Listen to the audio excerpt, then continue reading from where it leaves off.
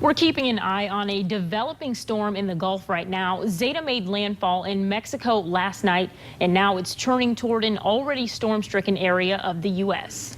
Meteorologist Matt Kirkwood is tracking the storm. Matt, I know we've seen impacts here in West Michigan from tropical storms and hurricanes in the past. Do you think we'll see anything from Zeta up here in Michigan?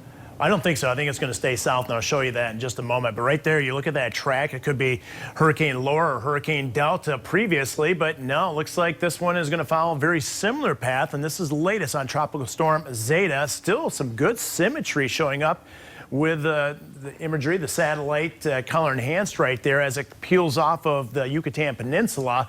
And right now, sustained winds right around 65 miles an hour. Once it goes in the open waters of the Gulf of Mexico, it will intensify, likely into a 1. Some meteorologists think it could even intensify in a low category 2.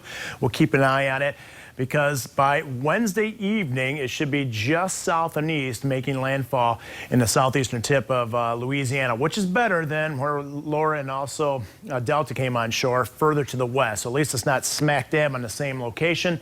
Plus, if it's just south and east of New Orleans, that means the strongest winds, or you're usually in the right front quadrant of a hurricane, that would miss New Orleans. Still, they get a lot of heavy rain. And it looks like as that storm continues its path to the north and east, the mid-Atlantic states, Ohio River Valley, will get the heaviest of the rain, and that heavier rain should stay south of us. Good news, because we're getting plenty already today. You can see very wet conditions out there. Nothing really heavy in terms of the rainfall, but the 1 hour loop certainly shows that rain quite prevalent out there, especially around Grand Rapids and points to the south. The heaviest if you're traveling south out of Grand Rapids right now, but nothing, again, is very heavy.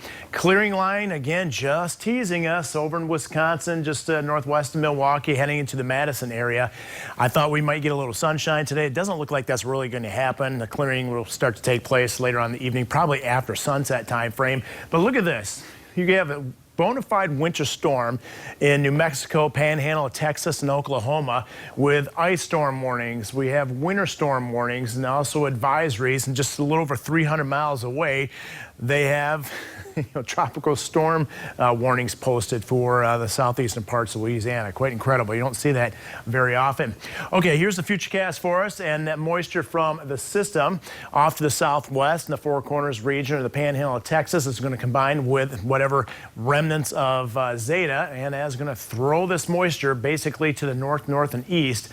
How close will it get to us? Well, I think we're going to see the moisture in form of clouds certainly on Thursday, but in terms of rainfall, it should be just far enough south and east of us that it looks like maybe Detroit, Ann Arbor may get a little bit of rain, but the heaviest rain should be around the Ohio River Valley. Again, mostly just clouds from the system. But as it moves out, it opens up the door to really nice weather in the Friday and also in the Saturday time frame.